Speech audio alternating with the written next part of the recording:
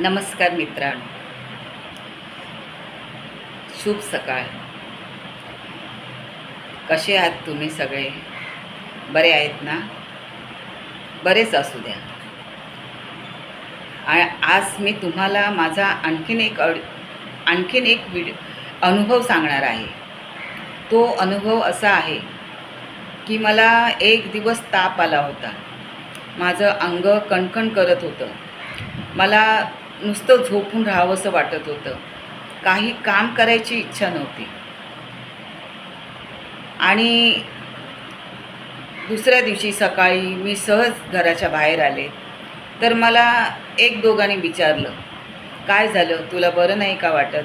मी म्हटलं, हो, मला ना ताप आला आहे, माझं अंग खूप दुखते. आणि नंतर अर्ध्या पाऊण तासाने बघितलं तर ही बातमी पूर्ण चाळीभर पसरली. पूर्ण माळ्यावर ही बातमी पसरली की ती खूप आजारी आहे, तिला बरं नाही वाटत आहे. आणि तो मला विचारायला लागला, ताप आला आहे, डॉक्टरकडे जाऊन आलीस का? तर मी म्हटलं, हो, डॉक्टरकडे मी जाऊन आले.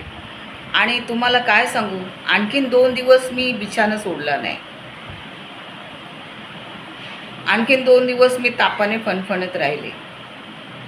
डॉक्टरच्या गोळ्या चालू होत्या, तरी पण माझं अंग दुखत होतं आणि मला ताप होता.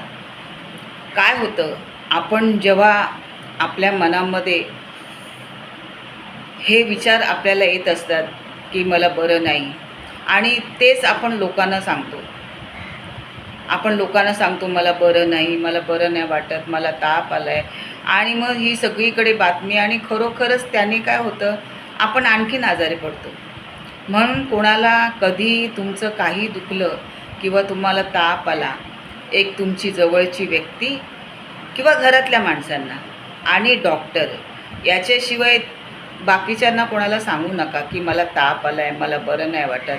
कारण ती सगळ्यांची म्हणजे ते काय आपण जे बोलतो ना ते खरं होतं बोलतात ना, तसं आहे. ते जे आपण बोलतो ते खरं होतं.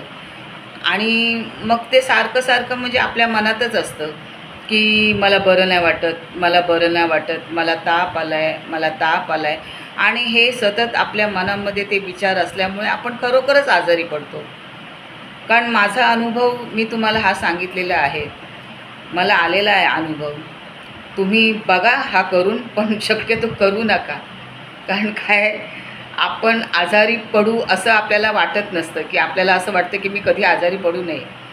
आणि म्हणून जरी तुम्हाला ताप आला असेल, काही तुमचं दुखत असेल किंवा तुम्हाला कसं तरी वाटत असेल, तरी लोकांना सांगू नका की मी आजारी आहे म्हणून.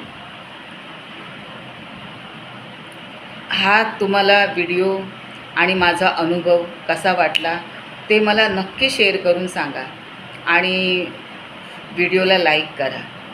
धन्यवाद मंडळी, धन्यवाद.